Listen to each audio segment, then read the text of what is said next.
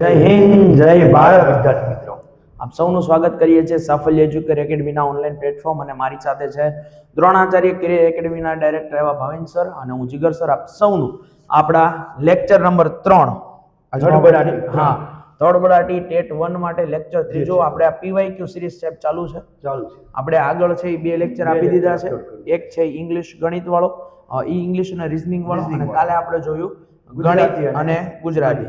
હા, આજે સાહેબ હવે આપણું પ્રતિસાદ છે અને વિદ્યાર્થીઓની ડિમાન્ડ જે છે એને આપણે હંમેશા પૂરો કરવાનો પ્રયાસ કરીએ છીએ. અને આજે આપણે વિજ્ઞાન અને બંધારણ. આમ તો જોઈએ ને સાહેબ, આ બે આપણા વિષયો છે. વિજ્ઞાન મારો વિષય છે, બંધારણ તમારો વિષય છે. એટલે આજે જેટલું બને એટલું સારામાં સારી રીતે છોકરાઓને આપવાનું, અને ખરેખર સારો પ્રતિસાદ આપે છે. તો આ પ્રતિસાદ છે તમારે આપતો રહેવાનો છે, જોડાઈને રહેવાનું છે, હા ચાલુ રાખવાનું છે. તો અમને હજી મજા આવશે. હાલો ભાઈ, હજી તો આપણે 5 ની વાત કરીને 7 આપી દઈએ.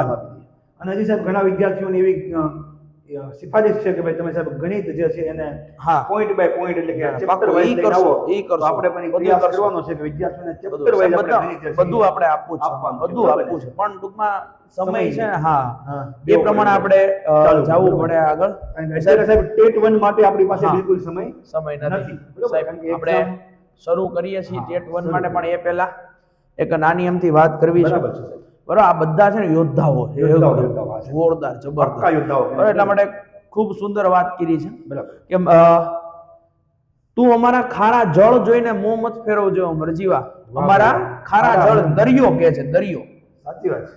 દરિયો નાવિકને કહે છે, મરજીવાને કહે છે કે તું અમારા ખારા જળ જોઈને મોં ન ફેરવજે. ઘણાને એમ લાગે આવડો વિડીયો હું જોવો સાહેબ. સાચી વાત છે. હા, એટલે તું અમારા ખારા જળ જોઈને મોં મત ફેરવજો મોરજીવા. કોકદીક અમારા તળિયા તપાસી જો તને કુબેર કંગાલ લાગશે. એટલે આની અંદર તમે આખું જોવો તો ખબર પડે. હા, બધું અંદર જ પીડ્યું છે. એટલે ઈ તમારે આમ છે ને ગોતીને લઈ આવવાનું છે, તમારે મરજીવું થઈ જવાનું છે ભાઈ. હા, આ 5-7 લેક્ચર જોઈ નાખો એટલે પછી તમારે છે ને બધું ભંડારો ઘારે ભેગો કરી લેવાનો. છેલ્લે કહેવાનું છે કે ભાઈ આપણે જે લેક્ચર લીધા એના આધારે કયા સવાલ વિદ્યાર્થી 100% સાહેબ પરીક્ષા જશે પછી આ વસ્તુ આપણે કરશું. બરોબર ને? સારો પ્રતિસાદ છે, આવો પ્રતિસાદ આપતા જ રહેજો. બરોબર ને? ખૂબ સારી સારી પંક્તિઓ તો સાહેબ હવે કહેવાય ને મોટિવેશન નું નામ છે, ભણે તો જ મોટિવેશન મળે. પરિસ્થિતિ સાહેબ તમને છે ને મોટિવેશન આપે. આ દરેક કોઈની એવી પરિસ્થિતિ નહીં હોય કે મુકેશભાઈ અંબાણી જેટલો પૈસાદાર હશે. બરોબર? કારણ કે બધા લોકો છે અત્યારે ગ્રાઉન્ડ ટુ અર્થ થી આવે છે, તો જ અહીંયા આપણું લેક્ચર જોતા હોય. વસ્તુ એકદમ મોંઘવારી ખૂબ જ. એટલે તમારે બધા ભાઈ 1 થી 5 ના જે ભૂલકાઓ છે ને, 1 થી 5 ના ભૂલકાઓ એની હારે બેહવાનું છે, રમવાનું છે. હા, બધાય પાસ થઈને જ જવાનું છે સાહેબ. હા, અને અહીંથી પાસ થઈને જ જવાનું છે. તો એમ કહું. ચલો સાહેબ, વધારે સમય નથી લેવો અને શરૂ કરીએ આજનું વિજ્ઞાન અને બંધારણ. ચલો સાહેબ, તો સૌથી પહેલા તમારો પ્રશ્ન છે સાહેબ. બંધારણનો લેક્ચર છે. બંધારણનો પ્રશ્ન છે. સરસ મજાનો. તો શરૂઆત કરવાની છે સાહેબ. ખાસ ધ્યાન રાખજો, દરેક પ્રશ્ન અહીંયા તમને વારંવાર અમે કહીએ છીએ કે તમારે ખાસ સમજવાનો છે પ્રશ્નાર્થ, અને એની સાથે સાથે તમારે ઓપ્શન પણ જોવાના છે. ઘણી વાર એવું બનતું હોય સાહેબ કે માત્ર જો વિદ્યાર્થી ઓપ્શન વ્યવસ્થિત વાંચે તો પણ તમને જવાબ મળી જતો હોય. બરોબર? બંધારણ જે છે એ સમજવાનો વિષય છે. સમજ્યા હોય તો જ બંધારણની અંદર તમને આવડે, અને ઊંડાણપૂર્વક વાંચવું હોય તો તમને વિદ્યાર્થી મિત્રો સમજ પડે. ચાલો આપણે પ્રશ્ન તરફ આગળ વધીએ. ખાસ ધ્યાન રાખવાનું છે, રાજ્ય સરકારને કાયદાકીય બાબતોમાં સલાહ આપવા માટે અધિકૃત કોણ છે? બરોબર, પ્રશ્ન છે રાજ્ય સરકારને સલાહ આપવા માટે કોણ બંધાયેલું છે? બરોબર સાહેબ. અને આપણી પાસે ઓપ્શન છે. સૌથી પહેલું છે મુખ્ય ન્યાયાધીશ. તો મુખ્ય ન્યાયાધીશ જે છે એ સાહેબ કાયદાકીય સલાહ આપવા માટે બંધાયેલું નથી. બરોબર. ત્યારબાદ છે મહાન્યાયવાદી, અને સાહેબ એને કહેવાય એટર્ની જનરલ. એટર્ની જનરલ આપણને સાહેબ ખબર હોય કે કાયદાકીય સલાહ આપે. એટર્ની જનરલ નું કામ શું છે સાહેબ? કાયદાકીય સલાહ પણ ક્યાં? સરકાર તરફથી. સરકાર તરફથી, પણ જો કેન્દ્ર સરકાર હોય. બરોબર? ઓકે, ખાસ યાદ રાખવાનું છે, કેન્દ્ર સરકારમાં જો કાયદા અધિકારી હોય, પ્રથમ નંબરના કાયદા અધિકારી હોય તો એ કોણ હોય? મહાન્યાયવાદી, એટર્ની જનરલ હોય. કેન્દ્ર સરકારમાં બધું કાયદાકીય બાબતોનું જોવે કોણ? હા, મહાન્યાયવાદી. એટલે આપણે અંગ્રેજીમાં એટર્ની જનરલ તરીકે ઓળખીએ છીએ. પણ સાહેબ જો અહીંયા આપણે ખાસ ધ્યાન રાખવાનું છે, રાજ્ય સરકાર કેન્દ્ર નથી. જો અહીંયા ઉતાવળ કરીએ અને ડાયરેક્ટ આપણે લખી નાખ્યું કે કાયદાકીય સલાહ આપવામાં એટર્ની જનરલ આવે તો કામ થઈ ગયા. બરોબર? મને એ સિવાય સાહેબ આપણે મહાન્યાયવાદી જોઈએ છીએ, તો સાથે સાથે એની થોડી વાત જોઈ લઈએ. તો એની નિમણૂક જે છે સાહેબ એ અનુચ્છેદ 76 મુજબ થાય. એટર્ની જનરલની, મહાન્યાયવાદી, કેન્દ્રમાં પ્રથમ નંબરના કાયદા અધિકારી છે, બરોબર છે. અચ્છા. નિમણૂક જે છે એની કોણ કરશે?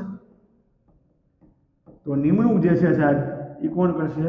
રાષ્ટ્રપતિ. રાષ્ટ્રપતિ કરશે. જી અને બરોબર. એની સાહેબ હોદ્દાની કોઈ લાયકાત એટલે કે કેવો હોદ્દો ધરાવતા વ્યક્તિ હોય ઈ છે ઈ એટર્ની જનરલ બની શકે. તો સાહેબ કાયદાનું જ્ઞાન એને હોવું જોઈએ. હા, સાહેબ, સલાહ આપવાની અને વળી કાયદાકીય. કેન્દ્ર લેવલે છે એટલે આખા ભારતમાં સુપ્રીમ કોર્ટના જે મુખ્ય ન્યાયાધીશ જે છે એને જેટલી લાયકાત હોય એવી લાયકાત ધરાવનાર વ્યક્તિ હોય 100%. એને રાષ્ટ્રપતિ જે છે એ મહાન્યાયવાદી તરીકે નિમણૂક કરે. આપી શકે. બરોબર. અને એ સિવાય એનો પગાર ભથ્થા, એની હોદ્દાની લાયકાત, એ બધુંય રાષ્ટ્રપતિ. બધું જે છે એ રાષ્ટ્રપતિ નક્કી બરોબર. રાષ્ટ્રપતિ કરે. ઉપર છે રાષ્ટ્રપતિ. ઓકે. બરોબર. કેન્દ્ર માટે. હા, કેન્દ્રમાં. ત્યારબાદ છે સાહેબ મહાધિવક્તા. જો ગુજરાતીની અંદર આપ્યું છે. બંને સાહેબ યાદ રાખવાના, કારણ કે આપણને મોટા ભાગે માત્ર એડવોકેટ જનરલ એટલું જ અને ખબર હોય. એટર્ની જનરલ ખબર હોય, પણ જો માત્ર ગુજરાતી શબ્દ આપી દીધો હોય તો શું થાય? આપણને તકલીફ તકલીફ થઈ જાય. તો મહાધિવક્તા જે છે એનું કામ અહીંયા જે કેન્દ્ર સરકારમાં સલાહ આપવાનું કામ એટર્ની જનરલનું હતું, હા. તો રાજ્યમાં સલાહ આપવાનું કામ કોણ કરશે? વક્તા. મહાધિવક્તા. અને એની નિમણૂક જે છે સાહેબ એ અનુચ્છેદ 165 મુજબ થશે. અનુચ્છેદ નિમણૂક જે છે એ કોણ કરશે? તો કે ભાઈ રાજ્યપાલ. એની નિમણૂક જે છે એ રાજ્યપાલ. બરોબર છે. કેન્દ્રમાં ઉપર છે રાષ્ટ્રપતિ છે અને આ અને રાજ્યમાં રાજ્યપાલ. ડન છે તો સાહેબ. ખાસ યાદ રાખવાનું છે કે મહાધિવક્તા જે છે એ રાજ્ય સરકાર. રાજ્ય સરકારને કાયદાકીય ઓકે, સલાહ આપવા માટે બંધાયેલા છે. એ સિવાય સાહેબ મહાધિવક્તા જે છે હા. એ રાજ્યની કોઈ પણ કોર્ટમાં જઈ અને કોઈ પણ કેસનો ફેસલો સંભળાવવા માટે પણ સત્તા ધરાવે છે. એ સિવાય રાજ્યના જે ગૃહો હોય, ધારાસભા હોય કે વિધાન પરિષદ હોય, એમાં એ ભાગ લેવાની પણ સત્તા જે છે એ ધરાવે છે. તો તમારે એ ખાસ યાદ રાખવાનું છે કે મહાધિવક્તા જે છે એ રાજ્ય સરકારને કાયદાકીય સલાહ આપવા માટે અધિકૃત કરેલ વ્યક્તિ છે. બરોબર ને સાહેબ? કાંઈ ઘટે નહીં સાહેબ. મસ્ત હો. બે ચાર આપણે મને તો અહીંયા એમને યાદ રહી ગયા સાહેબ. હા. બે ચાર તમે ઓલા કીધા ને હા. 68 ને ઓલા 65 ને 65 76 નંબર ને 165 ને આ બધું 76 મજા આવી ગઈ. હા, એટલે આવું મજા આવશે છોકરાઓ. ચલો સાહેબ, વિજ્ઞાનનો પ્રશ્ન છે, સાયન્સનો, અને ખૂબ મસ્ત પ્રશ્ન છે આ તો. સાબુનું દ્રાવણ. બરાબર. આ સાબુનું દ્રાવણ જે છે એ કોની સાથે લાલ રંગ આપે? આપણને અહીંયા ચાર ઓપ્શન આપ્યા છે. બરાબર. એને સાહેબ હળદર સાથે ભેળવીએ તો લાલ રંગ આપે, ખાંડ સાથે, લોટ સાથે કે મીઠું સાથે. આ ચાર ઓપ્શન આપણને અહીંયા આપેલા આમાંથી કોઈની છે. સાથે કોઈની ભેળવવાનું. સાથે. હા, તો અહીંયા સાહેબ સાવ સામાન્ય વસ્તુ સાહેબ છે. આ હળદર છે ને એક સૂચક છે. હળદર શું છે સાહેબ? સૂચક છે, જેને ઇન્ડિકેટર આપણે કહીએ. શું કહીએ છીએ? Indicator. ઇન્ડિકેટર. તો આપણે એસિડ અને બેઝ આ બે વસ્તુ ભણીએ છીએ. એક છે એસિડ અને બીજું છે બેઝ.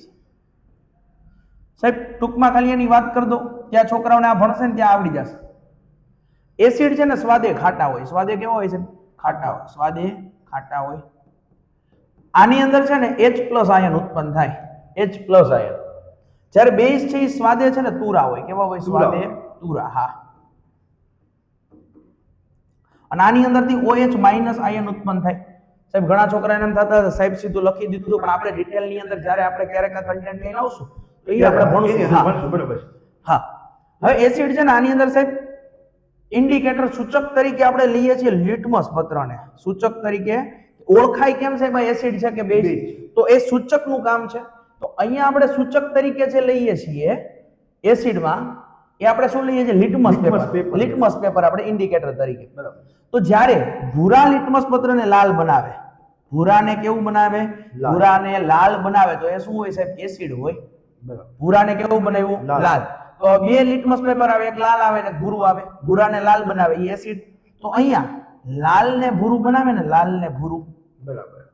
એ શું કહેવાય? બેઝ કહેવાય. બેઝ કહેવાય. બરાબર. એની ઓળખાણ આપણને થઈ ગઈ. પણ અહીંયા વાત કરી છે આપણને સાહેબ સાબુનું દ્રાવણ. મારે એસિડ અને બેઝ એટલે કેવું પડ્યું? પેલા આપણને ખબર હોવી જોઈએ સાબુનું દ્રાવણ આમાંથી કયો સ્વભાવ ધરાવે છે. સ્વભાવ ધરાવે. બરાબર. હા, એસિડિક છે કે બેઝિક? Basic. તો હકીકતે સાબુનું દ્રાવણ છે ને સાહેબ બેઝિક સ્વભાવ ધરાવે છે. કયો સ્વભાવ ધરાવે છે? Basic. બેઝિક સ્વભાવ ધરાવે છે. અને અહીંયા મેં વાત કરી એમાં હળદર શું છે સાહેબ? સૂચક છે. એક શું છે? સૂચક.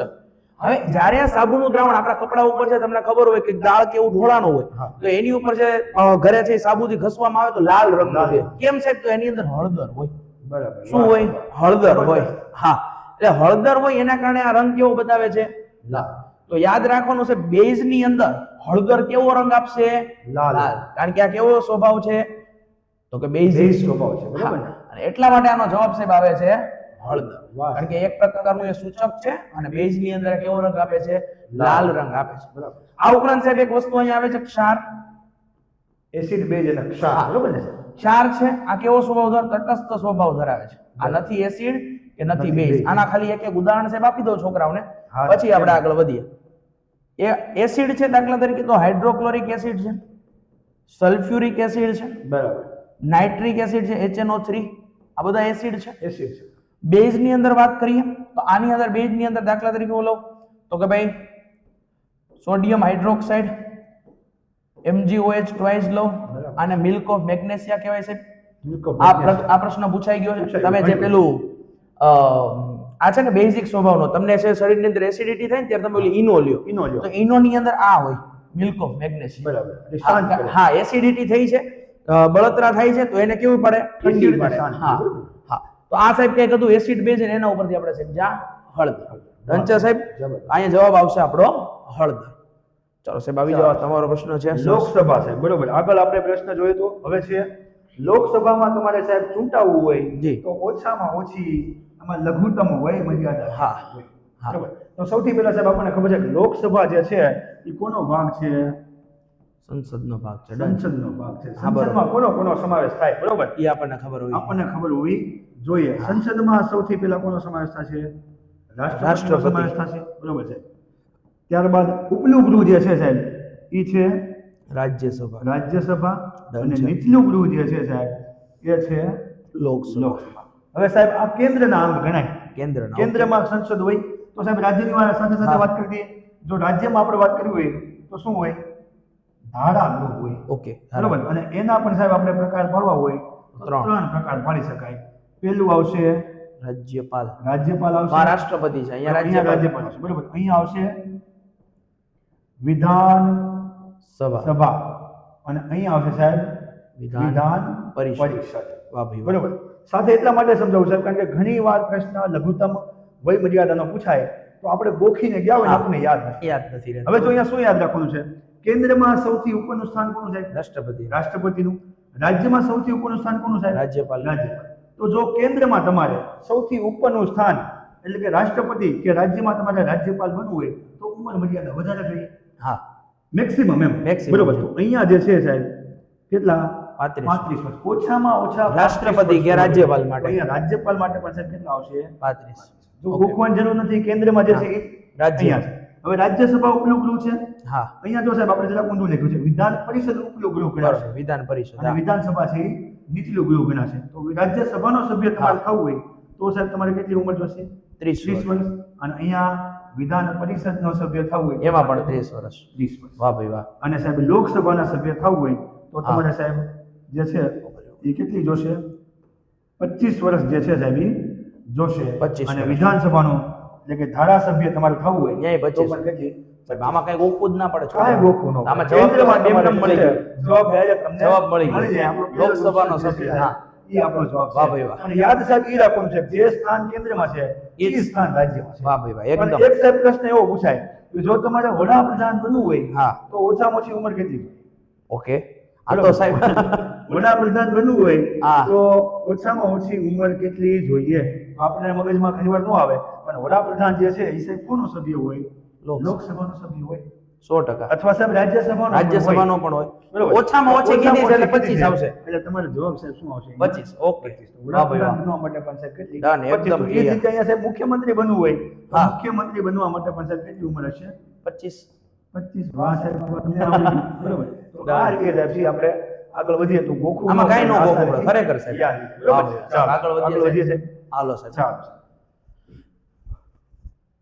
વિજ્ઞાનનો પ્રશ્ન છે ધાતુના વાસણમાં દૂધ ગરમ કરીએ બરોબર આપણે ધાતુનું વાસણ લઈએ તપેલી જેને આપણે કહીએ છીએ ટૂંકમાં એની અંદર આપણે દૂધ ગરમ કરીએ ત્યારે તપેલી ગરમ થાય છે સાહેબ આજે સવારે જો સાહેબ આજે ઓફલાઈનમાં આજે સવારે જ અમે વાત કરી બરાબર છે આજે જ સવારે જો ત્યારે તપેલી ગરમ થાય તો તે ઉષ્મા પ્રસરણનો કયો પ્રકાર છે સાહેબ તપેલી ગરમ થાય બરાબર તપેલી તો તપેલી છે આ તમે ગુજરાતીમાં પણ અહીંયા તપેલી ગરમ થાય છે તો એ ઉષ્મા પ્રસરણ થાય છે દાખલા તરીકે આપણે છે ગેસ શરૂ કરીએ તો તપેલી ગરમ તરત ગરમ થઈ જાય ના થાય ધીમે ધીમે છે ગરમ થાય છે તો એ ધીમે ધીમે નીચેથી ઉષ્મા ક્યાં જાય છે ઉપર જાય છે બરોબર છે તો અહીંયા એ કયો પ્રકાર કીધો છે સાહેબ હું છોકરાઓને છે ને હાવ એટલે હાવ દેશી ભાષામાં સમજાય તો જો ઉષ્મા છે ને સાહેબ ઉષ્મા આનો સૌથી મોટો સ્ત્રોત છે આપણો સૂર્ય આ આપણને ખબર હોવી જોઈએ. બરાબર હા સર. બરોબર, કારણ કે કુદરતી રીતે આપણને સૂર્યમાંથી જો ઉષ્મા મળે. બરાબર ને? ઉષ્મા પ્રસરણની વાત છે, એટલે કે ઉષ્મા વહે. તો ઉષ્મા પ્રસરણના 3 પ્રકાર છે. સાહેબ હું પહેલા સમજાવીશ, છોકરાનો જવાબ ઓટોમેટિક આવશે. ઓટોમેટિક છે. ઉષ્મા પ્રસરણ. પ્રસરણ એટલે કઈ ઉષ્મા રીતે પસાર હા થાય, કઈ રીતે પસાર થવું. બરાબર. તો ઉષ્મા પ્રસરણના 3 રીત છે. કેટલી રીત છે સાહેબ? 3 રીત છે. જેમાં સૌથી પહેલું છે ઉષ્મા વહન. ઉષ્મા વહન, ઉષ્માનું વહન થવું. આની અંદર શું થાય સાહેબ? તો કે ઘન પદાર્થોમાં, બરોબર છે, ઘન પદાર્થોમાં ઉષ્માનું વહન થાય. ચાલો સાહેબ, તપેલી છે, તપેલી એ શેની બનેલી છે? ઘન પદાર્થની બનેલી. હવે હું જવાબ નથી કહેતો અત્યારે, આમ તો આવડી જ ગયો અડધાને જે સમજાવે. વહન જ થાય, હા, બરાબર. ઘન પદાર્થ હોય ને સાહેબ, ઘન પદાર્થ એની અંદર ઉષ્મા વહન થાય. પછી સાહેબ બીજો પ્રકાર આવે ઉષ્મા નયન. ઉષ્મા નયન. હવે જે પ્રવાહી છે, પ્રવાહી અને વાયુઓ, પ્રવાહી અને વાયુ. જો સાહેબ તમને અહીંયા કીધું આ તપેલીની વાત છે, પણ તપેલીની અંદર રહેલું દૂધની વાત કરી હોત તો એ કેવું માધ્યમ છે? પ્રવાહી માધ્યમ છે સાહેબ. તો એની અંદર જો ઉષ્માનું વહન થાય તો કઈ પ્રક્રિયા કહેવાય? એને ઉષ્મા નયન. હવે વાયુઓની અંદર ગરમ વાયુ છે, એ આપણે ખબર છે, આપણને આજુબાજુમાં આપણે જોઈએ છીએ. તો એની અંદર જે વાયુઓની અંદર થાય એને પણ શું કહેવાય? ઉષ્મા નયન. અને ત્રીજો જે છે એ છે ઉષ્મા વિકિરણ. સાહેબ આ ત્રીજો પ્રકાર સૂર્ય માટે છે. કોના માટે છે? સૂર્ય માટે. કારણ કે સૂર્યમાંથી પણ આપણને ઉષ્મા છે એ મળે છે. તો ઉષ્મા વિકિરણ શું છે? તો કે એને માધ્યમની જરૂર નથી. હવે સૂર્ય બરોબર અને ત્યાંથી પૃથ્વી, આના વચ્ચે શૂન્યાવકાશ છે, કોઈ માધ્યમ છે નહીં. તો માધ્યમની જરૂર પડતી નથી. તો અહીંયા છે કયું આવશે? ઉષ્મા વિકિરણ. તો અહીંયા તમને પૂછ્યું છે કે ધાતુનું વાસણ, તો આ કેવું કહેવાય? તમને ખબર પડી જાય સાહેબ, ઘન કહેવાય. હાલ બરાબર. તો એની અંદર દૂધ ગરમ કરીએ, આ દૂધની વાત નથી કરતા, જો દૂધ ગરમ કરીએ ત્યારે તપેલી ગરમ થાય છે એમ કીધું. તો તપેલી કેવું છે સાહેબ? આપણું ઘન છે. ઘન છે. તો એમાં જે ઉષ્મા પ્રસરણ થાય છે, અહીંયા 3 પ્રકાર મેં આપી દીધા. ઉષ્મા વહન ઘનમાં થાય, ઉષ્મા નયન પ્રવાહી અને વાયુમાં થાય, ને ઉષ્મા વિકિરણ સૂર્ય દ્વારા જે એના કિરણો પહોંચે છે એના દ્વારા. તો અહીંયા તરત ખબર પડે સાહેબ, તપેલી ઘન છે, તો અહીંયા કયો પ્રકાર આવશે સાહેબ? મારો ઉષ્મા વહન. વાર્તા પૂરી. પણ હવે સાહેબ એમ પૂછવું હોત કે ભાઈ તપેલીમાં રહેલું દૂધ, તો તપેલીમાં હા તો શું આવત? કારણ કે આ કેવું છે? દૂધ પ્રવાહી માધ્યમ છે. તો શું આવત અહીંયા? ઉષ્મા નયન આવે. સાહેબ જો આપણે ઓપ્શન ઉપર જઈએ છીએ, છોકરાનો ઓપ્શન અહીંયા જો આખા પ્રકાર સમજાવી દીધા. આ ઉષ્મા વિકિરણની મેં વાત કરી. આ ઉષ્મા વિકિરણ ક્યાં સાહેબ? તો કે સૂર્યના કિરણો જે આવે બરાબર. આ ઉષ્મા ગમન જેવું કઈ હોતું નથી. ઉષ્મા ગમન જેવું કઈ હોય નહીં. એટલે ઉષ્મા વહન છે એ ઘન પદાર્થોમાં થાય. તપેલી આપણી કેવી છે સાહેબ? ઘન છે. બરોબર. પણ દૂધ પૂછ્યું હોત તો ઉષ્મા નયન આવત. બરોબર છે. તો આવી રીતે કઈક આના 3 પ્રકારો છે ઉષ્મા પ્રસરણ. આ સાહેબ ક્યાંનું છે ખબર? આ ધોરણ 7 ચેપ્ટર નંબર 3 ઉષ્મા. લ્યો વાહ ભાઈ, આ પીવાય 7મા ધોરણનો પ્રશ્ન. 7મા ધોરણનો પ્રશ્ન છે. તમે બધા શિક્ષકો બનવાના એટલે, અને પાછા ટેટ 1 ભલે આપવાના હોય, તમારે 8 સુધીના પાઠ્યપુસ્તકો તો કરવાના જ છે. આપણી પાસે કન્ટેન્ટ તો હોવું જોઈએ. કન્ટેન્ટ તો હોવું જ જોઈએ. પણ ત્યાંથી પ્રશ્ન કાઢ્યો છે આ લોકો, એના પીવાયક્યુ જ છે. વાહ. ચાલો સાહેબ, તો અહીંયા આપણો જવાબ આવશે ઉષ્મા વહન. વાહ. આવી જાવ સાહેબ, બંધારણનો એજ્યુકેશન. બરોબર. કાંઈ ઘટે નહીં. બહુ જબરદસ્ત તમે સમજાવ્યું છે. મને આમ ખબર પડી ગઈ, નહીં મને તો અત્યાર સુધી સમજાતું નહોતું. બરોબર. ચાલો હવે આપણે બંધારણનો પ્રશ્ન છે રાઈટ ટુ એજ્યુકેશન એક્ટ. બધા વિદ્યાર્થીઓને RTE. RTE આપણે જે કહીએ ઈ, બરોબર. ઈ કયા પ્રકારની પ્રાથમિક શાળાને લાગુ પડે? પ્રશ્ન સ્પેસિફિક પૂછ્યો છે. પ્રાથમિક શાળાને લાગુ પડે. પ્રાથમિક શાળા. બરોબર. બરોબર. તો સૌથી પહેલા સાહેબ આપણને ખબર હોવી જોઈએ કે રાઈટ ટુ એજ્યુકેશન એક્ટ જે છે એના માટેનો કાયદો ક્યારે પસાર થયો? તો કાયદો જે છે સાહેબ એ વર્ષ 2009 ની અંદર પસાર થયો, અને લાગુ જે છે એ ક્યારથી કરવામાં આવ્યું?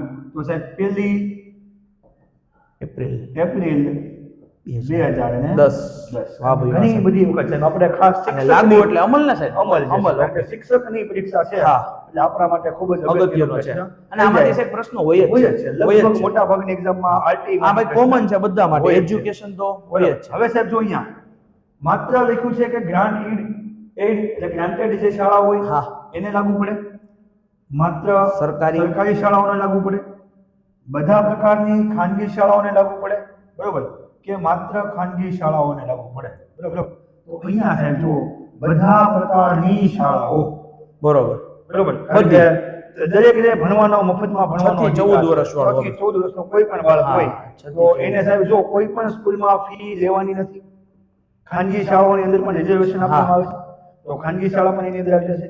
ગ્રાન્ટેડ શાળાની અંદર પણ એનું રિઝર્વેશન એની સીટો જે બરોબર છે, 100% એ નક્કી કરવામાં આવી છે. એટલે કે તમામની અંદર વિદ્યાર્થીને સરકારીમાં ભણી શકે, પ્રાઇવેટમાં પણ ભણી શકે એ માટે સારું દરેક ઉચ્ચ ગુણવત્તાવાળું સીટ છે શિક્ષણ આપેલી. મેળવી શકે એટલા માટે જોગવાઈ ડન છે. કરવામાં આવી છે. એટલે આપણો જવાબ જે છે સાહેબ બધા શું પ્રકારની, થશે? બધા પ્રકારની. બધા જ પ્રકારની શાળાઓ હોય છે હા. એની અંદર આપણે જે છે એ 100% મેળવી શકાય. કાંઈ ઘટે બરોબર નહીં. છે. ટેટ ટુ સાહેબ, હે? ટેટ ટુ માં પૂછાય ગયું, 2011. 2011 છે. બરોબર. વાહ ભાઈ વાહ, શરૂઆત તો જબરદસ્ત. ટેટની જે છે 2011 થી ટેટ છે સાહેબ. અને એમાં હાલો, જે પ્રશ્ન વિજ્ઞાનનો પ્રશ્ન આવી ગયો છે પાછો એકાદો. કરી નાખીએ વિજ્ઞાનનો પ્રશ્ન સોલ્વ. સાહેબ કોસ્ટિક સોડાના દ્રાવણમાં હાઇડ્રોક્લોરિક એસિડ નાખતા મીઠું અને પાણી બને. સાહેબ અહીંયા તમને પ્રક્રિયા કહી દીધી છે. કેવી પ્રક્રિયા કીધી છે? તો કે કોસ્ટિક સોડાનું દ્રાવણ લીધું છે. એની અંદર શું નાખ્યું છે? Hydrochloric acid. Hydrochloric acid. અને શું બને છે? તો કે બને છે મીઠું અને પાણી. મીઠું પ્લસ પાણી. તો છોકરાઓ પહેલા તમને ખબર હોવી જોઈએ એક વાતની કે આની અંદર એસિડ કોણ છે ને બેઝ કોણ છે. તો જો કોસ્ટિક સોડા છે ને આ બેઝ છે. જો આને હું લખું છું NaOH. આ શું છે? તમારો બેઝ છે. મેં આગળના પ્રશ્નમાં જ લખ્યું. હા. પછી આવે છે હાઇડ્રોક્લોરિક એસિડ. તો અહીંયા એસિડ ઉપરથી સીધી ખબર પડી જાય છે. HCl. આ શું છે? તમારો એસિડ છે. તો હવે સાહેબ છોકરાઓને છે ને નાના એશિયા કે પછી છોકરાઓને ભણાવતા છે ને તે એવું છે તટસ્થીકરણની પ્રક્રિયા. બરોબર. આ જે ઉદાહરણ છે ને આ ક્યાંથી એવું છે? તટસ્થીકરણની પ્રક્રિયામાંથી એવું. તટસ્થીકરણ. તટસ્થીકરણ એટલે શું સાહેબ? તો કે એસિડ અને બેઝ ભેગા મળીને, એસિડ અને બેઝ બે ભેગા મળે, બે પ્રક્રિયા કરે અને ભેગા મળીને બનાવે ક્ષાર અને પાણી. આ મીઠું શું છે? આપણો ક્ષાર છે સાહેબ. મીઠું શું છે? ક્ષાર છે. અને બીજું શું આપ્યું? પાણી આપ્યું છે. તો જો અહીંયાથી Na અને અહીંયાથી છે ને Cl. બરોબર. એટલે કે અહીંયા તમને મળશે NaCl. આને કહીએ છીએ આપણે મીઠું. બરાબર. અને આ OH અને આ એક H એટલે અહીંયા બનશે H2O. જો તો સાહેબ અહીંયા હું લખું છું આ તમારો બેઝ, આ તમારો એસિડ, આ મીઠું અને આ પાણી. કઈ પ્રક્રિયા સાહેબ? તટસ્થીકરણની પ્રક્રિયા. તો આવું હોય ને આવું, આ મારો સાચો જવાબ આમાં. વાહ સાહેબ. બરોબર સાહેબ. જો આ NaOH વત્તા HCl, NaCl અને H2O. તો અહીંયા મારે ક્યાંય ગોતવા જવાની જરૂર જ નથી. મારો પહેલો ઓપ્શન જ શું છે? સીધો જવાબ. સીધો જવાબ. જો સાહેબ અહીંયા એક બે વસ્તુ એવી છે Na2 ના આ બધું આપણે જ્યારે ડિટેલમાં ભણાવશું ને ત્યારે હું વાત કરીશ કે આ તો કોઈથી શક્ય જ નથી. કારણ કે આની ક્લોરીન છે ને, ક્લોરીન સાહેબ એને એક જ ઇલેક્ટ્રોનની જરૂર છે. આ બધું જ્યારે ડિટેલમાં 10મા ધોરણમાં સાહેબ આવે. આ બધું 10મા ધોરણમાં. પણ આ લોકોને પરીક્ષા કોની દેવાની છે? ટેટ 1 ની. એટલે 8 સુધીનું કન્ટેન્ટ કરે એટલે ઓકે. આ સાહેબ ક્યાં આવે? તો કે ધોરણ 7 માં આવે. ધોરણ 7 ચેપ્ટર નંબર 4 એસિડ, બેઝ અને ક્ષાર. વાહ સાહેબ. ટૂંકમાં 7મા ધોરણથી આગળનું તો લગભગ પૂછાતું જ નથી. હા, 8મું ધોરણ પૂછાય પણ બહુ રેર કેસ ની અંદર પૂછાય. પણ સાહેબ આપણે તૈયાર બધું કરવાનું. એટલે આવા પ્રશ્નો પૂછાય છે એટલે આપણને આ જો આ બનાવતા આવડવું જોઈએ. આ જે છે ને આ રાસાયણિક સમીકરણ એની અંદર આ બાજુ હોય ને એ બધાને પ્રક્રિયકો કહેવાય. પ્રક્રિયક. અને પ્રક્રિયા થઈને જે બને ને એને નિપજ કહેવાય. શું કહેવાય? નિપજ. તો આપણને નિપજમાં મળે છે આપણું મીઠું અને પાણી. તો ઓપ્શન એ આપણો જે છે અહીંયા સાચો જવાબ છે. અહીંયા જે છે એ જ ત્યાં મળે છે. વાહ સાહેબ. તો આ કંઈક આવી રીતે બને તટસ્થીકરણની પ્રક્રિયા. આ યાદ રાખજો સાહેબ, આ ઘણી વખત પૂછાઈ ગયું. આ ટાટમાં પૂછાઈ ગયું. તટસ્થીકરણ એટલે શું? 2 માર્કમાં આવે. તો ડિસ્ક્રિપ્ટિવ આવે છે. તો પૂછાઈ ગયું તટસ્થીકરણ એટલે શું? તો કે એસિડ અને બેઝ ભેગા મળીને ક્ષાર અને પાણી બનાવે તો એને કહેવાય તટસ્થીકરણ. આ ઉદાહરણ આપી દો, વાર્તા પૂરી. જબરદસ્ત છે. એકદમ સરળ છે સાહેબ. ચલો આવી જાઓ સાહેબ. ચાલો. નેક્સ્ટ રાષ્ટ્રીય ક્વેશ્ચન. ધ્વજ સાહેબ આપણે બધાને ખબર જ હોય આપણું રાષ્ટ્રીય ધ્વજ, આપણા રાષ્ટ્રીય પ્રતીકો જે છે 100%. એમાંનું એક છે. બરોબર. તો સૌથી પહેલા તો આપણને બધાને લગભગ ખ્યાલ જ હોય કે રાષ્ટ્રીય ધ્વજની અંદર કેટલા રંગો હોય સાહેબ. રાષ્ટ્રીય ધ્વજની અંદર કેટલા રંગો હોય તો આપણને બધાને ખબર છે કે સૌથી ઉપર કયો હોય સાહેબ? કેસરી. કેસરી હોય. ઓકે. વચ્ચે જે છે સાહેબ એ કયો હોય? સફેદ. સફેદ હોય.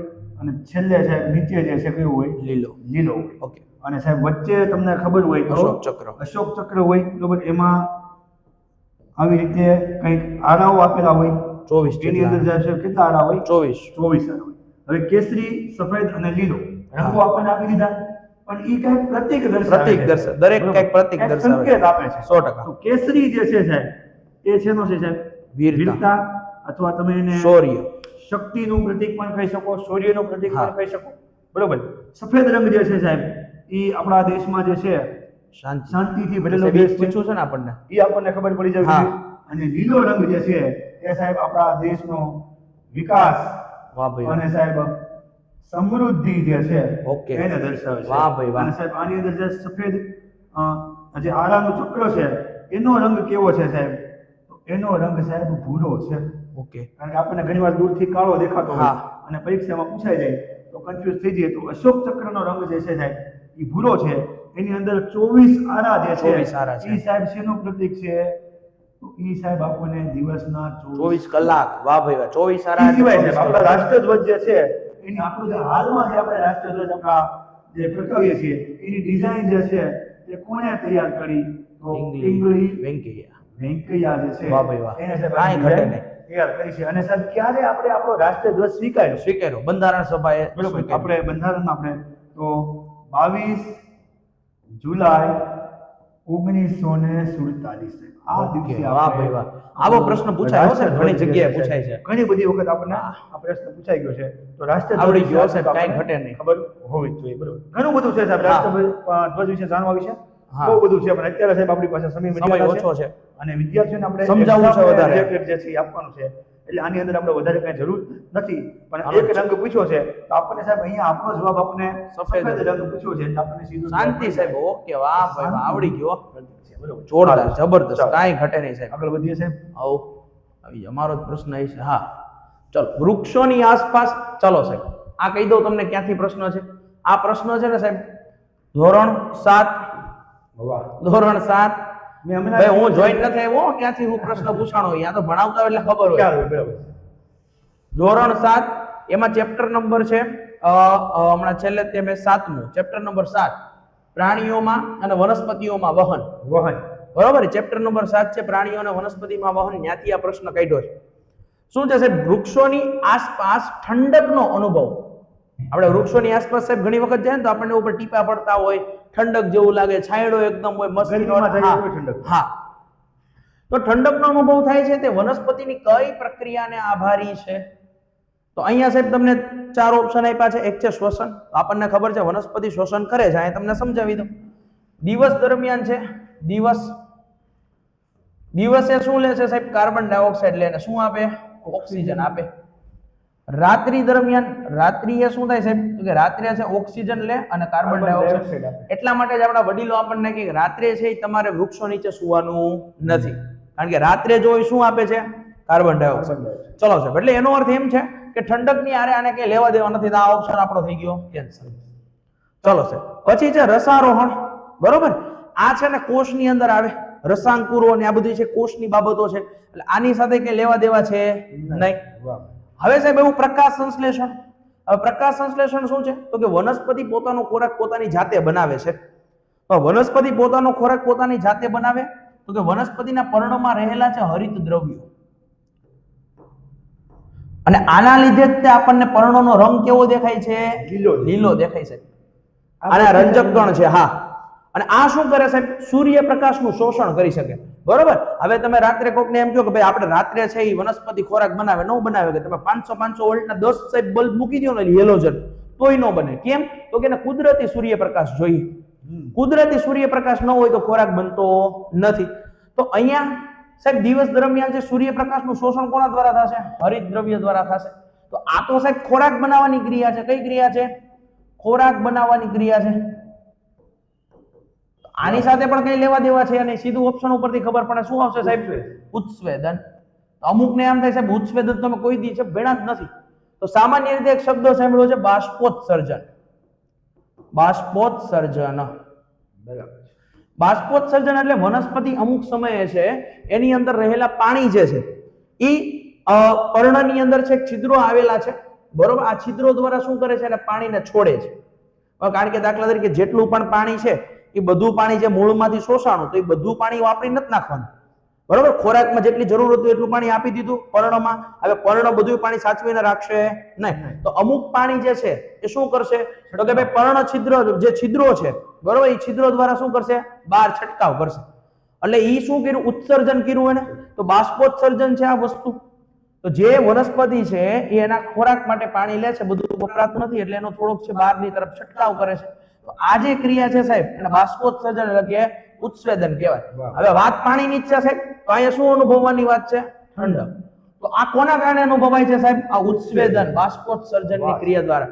તમે છે ને ઘણી વખત છે કોઈ છોડને છે આમ પ્લાસ્ટિકની કોથળી બાંધી દો ને 2-3 પાંદડા વચ્ચે, અને થોડાક સમય પછી જોવો ને તો એમાં પાણીના ટીપા છે, પાણીના ટીપા પડેલા તમને દેખાય. કેમ સાહેબ, તો એની અંદર બાષ્પોત્સર્જનની ક્રિયા થાય. સાચી વાત છે. બરોબર છે, એટલા માટે છે અહીંયા ઠંડક આપણને અનુભવ. તો સાહેબ આપણો જવાબ શું રહેશે અહીંયા, ઉત્સવેદન. વાહ સાહેબ, એકદમ સહેલું વસ્તુ એકદમ થાય. સરળ. અને હવે જો સાહેબ ઉપર છે, કોઈ દી ભૂલાય નહીં એવું હા. સમજાવું એમ. ઉપર છે પાણી ઘીટું, દાખલા તરીકે પાણી બધું બહાર વીયું ગયું, ઉપર પાણી ઘીટું હોય કારણ કે વધારાનું પાણી બહાર વીયું ગયું. જ્યારે પાછો ખોરાક બનાવ્યો હશે ત્યારે પાછું પાણી મૂળમાંથી થઈને ક્યાં આવશે, ઉપર. પાંદડા સુધી. હા, તો એના માટે પણ કોણ જવાબદાર છે, બાષ્પોત્સર્જન જવાબદાર છે. તો આવી વસ્તુ છે યાદ રાખવાની છે. તો તમારો ક્વેશ્ચન નંબર 8 ની અંદર જવાબ આવે છે ઉત્સવેદન સાહેબ. અને જો સાહેબ ક્યાંયથી નથી, ધોરણ 7 હું તમને આના પ્રશ્ન કહેતો જાઉં ક્યાંથી છે ઈ. હા ચાલો સાહેબ, હાલો સાહેબ તમારે. ચાલો, બંધારણમાં આગળ વધવાનું છે. પ્રશ્ન છે, ભારતના બંધારણના કયા ભાગમાં ભારતની સંસદ વિશે વર્ણન કરવામાં આવ્યું છે? બરોબર, તો આપણને ઓપ્શન જ ગોતવાના છે ડાયરેક્ટ કે સંસદનું જોગવાઈ ક્યાંથી ક્યાં સુધી કરવામાં આવી છે. તો સૌથી પહેલા આપણને ખબર છે કે ભાઈ ભારતના બંધારણની અંદર બંધારણમાં કુલ કેટલા ભાગ છે ભાઈ? તો બંધારણની અંદર હાલમાં સાહેબ 25 ભાગ છે. મૂળ બંધારણમાં આપણને ખબર છે કે મૂળ બંધારણમાં 22 ભાગ હતા. Okay. એમાંથી મહત્વના જે ભાગો છે એના નામ આપણને ખબર હોવી જોઈએ. ચાલો, અહીંયા ભાગ નંબર 4 છે. તો ભાગ નંબર 4 નું નામ આપણને ખબર હશે, ડીપીએસપી, રાજ્ય નીતિના માર્ગદર્શક સિદ્ધાંતો. અંગ્રેજીમાં એને directive principle to state policy એવું કહેવાય. બરોબર, ભાગ 4 ક જે છે ઈ સાહેબ છે મૂળભૂત ફરજો. મૂળભૂત ફરજો. ફરજો છે સાહેબ, અધિકાર નથી. ઓકે, હા બરોબર. ભાગ 5 જે છે સાહેબ એનું નામ છે સંઘ. સંઘ. અને ભાગ 6 નું નામ જે છે સાહેબ રાજ્ય. એ શું છે? રાજ્ય. સંઘ એટલે સાહેબ કેન્દ્ર ને, કેન્દ્ર. Okay. હવે જો આપણને પ્રશ્ન શું પૂછ્યો છે કે સંસદ વિશે. સંસદ. ઓકે, સંસદ સાહેબ કોનો ભાગ છે? સંઘનો. સંઘનો વાહ ભાગ ભાઈ છે. વાહ, ready એટલે સાહેબ. આપણને ડાયરેક્ટ સીધો જવાબ મળી જાય કે કાંઈ આપણો ઘટે જે નહીં હો સાહેબ. જવાબ છે એ શેમાં આવશે? ભાગ નંબર 5 ની અંદર જે છે એ આવશે. આવશે, વાહ ભાઈ વાહ, આપણને કાંઈ ઘટે નહીં. ખબર પડી જવી જોઈએ કે સંસદ જે છે એ આગળના લેક્ચરમાં જ આપણે વાત કરી આગળના, કે હા. સંસદના અંગો કેટલા છે? 3 ત્રણ. હોય. રાષ્ટ્રપતિ છે, ઉપલું ગૃહ જે છે એ રાજ્યસભા છે, અને નીચલું ગૃહ જે છે એ લોકસભા છે. Done. અને જોગવાઈ જે છે એ ક્યાંથી છે? ભાગ નંબર 5 માં. અને ભાગ 5 જે છે સાહેબ, બરોબર, ભાગ 5 જે છે એ અનુચ્છેદ 52 થી લઈ અને 151 સુધી છે. ઓહો સાહેબ, આખે અને આખી એની બહુ અંદર જે બધું છે છે જેમ હા. 100 અનુચ્છેદ ખાલી ને ખાલી હા, આ ભાગની અંદર સંઘના. સાહેબ રાષ્ટ્રપતિ આવી જશે આપણા, હા. ઉપરાષ્ટ્રપતિ આવી જશે, બરોબર છે. વડાપ્રધાન આવી વડાપ્રધાન જશે, આવશે. મંત્રીમંડળ આવી જશે, લોકસભા, રાજ્યસભા. એ ટૂંકમાં કેન્દ્રના લગભગ મોટા ભાગના તમામ પદો એની અંદર વાહ ભાઈ, આવી કાંઈ જશે. ઘટે નહીં. હાઈકોર્ટ અને સુપ્રીમ કોર્ટને બાદ કરતા. હા. તો આપણો જવાબ જે છે એ સાહેબ આ આપણે જોયું આગળ ઓલું 6 થી 14 વર્ષના બાળકો 6 વાળું. થી 14 વર્ષના બાળકો વાળું જોયું. ઈ આમાં આવશે ને મૂળભૂત નહીં, ફરજોમાં? એમાં પણ છે જોગવાઈ છે. હા. એક ફરજ છે કે ભાઈ બાળકોને ભણવાની જવાબદારી જે છે એ હા. માતા પિતાની છે. હા. પણ ઈ ફરજ પણ છે.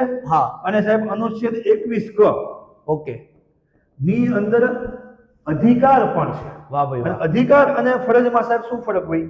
અધિકાર જે છે એ જ્યારે તમને ન મળે હા, ત્યારે તમે એની હા. સામે કોર્ટમાં જઈ શકો વાહ ભાઈ છો. વાહ. પણ ફરજો કેવી છે કે એનું તમારે પાલન કરવું પડે. હા, એ અને ફરજિયાત તમે પાલન ન કરો તો એના માટે કોઈ કાયદાકીય સજા. કાયદાકીય સજા છે નહીં. નહીં. પણ અહીંયા તમને ન મળે તો તમે એના વિશે વિરુદ્ધમાં કોર્ટમાં જઈ ટૂંકમાં પણ વિદ્યાર્થી દાખલ મિત્રો જો કરી આની શકો. અંદરથી એક ને એક વાતમાંથી તમને બીજી હા, વાત થઈ બીજી જાણવા વાત મળે. તમને એટલે ટૂંકમાં આપણે અહીંયાથી પતાવી દેવાની વાત છે નહીં. નહીં, બરોબર. બરોબર, એટલે ખાસ આ બધી આપણે મહેનત તમારા માટે છે. તમારા માટે. કાલે જ તમને વાત કરીએ એમાં અમે એક જણા નથી કરતા, અમારી પાછળ આખી ટીમ કામ કરે ટીમ છે. કામ કરે છે. બરોબર, અમે બંને છે એ આખો દિવસ એજ્યુકેશનના ફિલ્ડમાં હોઈએ છીએ, પણ અમારી સાથે બીજા લોકો છે તો એમની મહેનત તમને જો ધ્યાનમાં આવે ને તો તમારે મોટા ઉપાડે શેર કરી શેર દેવાનું કરવાનું છે. છે અને તગારા બરોબર? ભરીને પછી હા, અને હાલે આવવાનું છે બીજી જગ્યાએ. હાલે બરોબર? આવવાનું છે. બરોબર છે, મસ્ત ચાલો. મજાનું શેર કરી દો, વિડીયોને લાઈક કરી આશા દો. રાખીએ છીએ કે સાહેબ વિદ્યાર્થીને લગભગ સમજાતું હોય બધુંય. ક્લિયર કટ સમજાતું હશે, કારણ કે આપણે આમાં કોઈ જાતનું કાંઈ હા, બાકી રાખતા નથી. નથી. વધારે ઊંડાણપૂર્વક અત્યારે લઈ પણ ન શકાય કારણ કે હા. આપણી પાસે સમય મર્યાદા તોય સાહેબ જે તે પ્રશ્ન પ્રમાણે તો ઓકે જ છે. પ્રમાણે આપણે કમ્પ્લીટ લઈ લઈએ છીએ એટલે ખાસ કરીને બધા છે એમને પ્રેમ આપજો, સહકાર આપજો. સહકાર આપવાની બરોબર? જરૂર હા. છે. હાલો સાહેબ. એટલે આવું તો લાવતા રહેશું અમે. હા લાવતા જઈશું. તો અમે લાવતા રહેશું. સાહેબ ચાલો મારો પ્રશ્ન છે હાજી સાહેબ, સાહેબ. એકદમ મસ્ત પ્રશ્ન, કાંઈ ઘટે નહીં. આવા પ્રશ્નો સાહેબ પૂછાય ને. આ હકીકતે ધોરણ 8 માં એક પ્રશ્ન જૂના કોર્સમાં છે ને આ આવતું, ધોરણ 8 ના જૂના જૂના કોર્સ. કોર્સમાં, બરોબર. હા, પણ આ પ્રશ્ન PYQ છે, અગાઉની પરીક્ષાઓમાં ટેટમાં પૂછાય. પૂછાઈ ગયો છે. સપ્તર્ષિ તારાજૂથ. હવે આપણને ખબર પડે સપ્તર્ષિ એટલે કેટલા હોય છે? 7 હોય. વાત પૂરી થઈ ગઈ. સપ્તર્ષિ તારાજૂથના તારાઓમાં કોનો સમાવેશ થતો નથી? છેલ્લે વાંચવાનું. બરાબર. નગર કોનો સમાવેશ થતો? હા, મરીજી. પણ નીચે જો વશિષ્ઠ છે, અત્રિ છે, આ બંને છે જ એમાં. બરોબર? તો કોનો સમાવેશ થતો નથી એની વાત છે. ચલો સાહેબ, આ 4 ઓપ્શન છોકરાઓને મેં પેલા આપ્યા છે.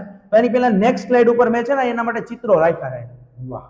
બરોબર સાહેબ? જબરદસ્ત. જો અહીંયાથી શરૂ કરો. ક્રતુ, પુલહ, પુલહત્ય, અત્રિ, અંગિરસ, બરોબર, વશિષ્ઠ અને ભૃગુ. બરોબર?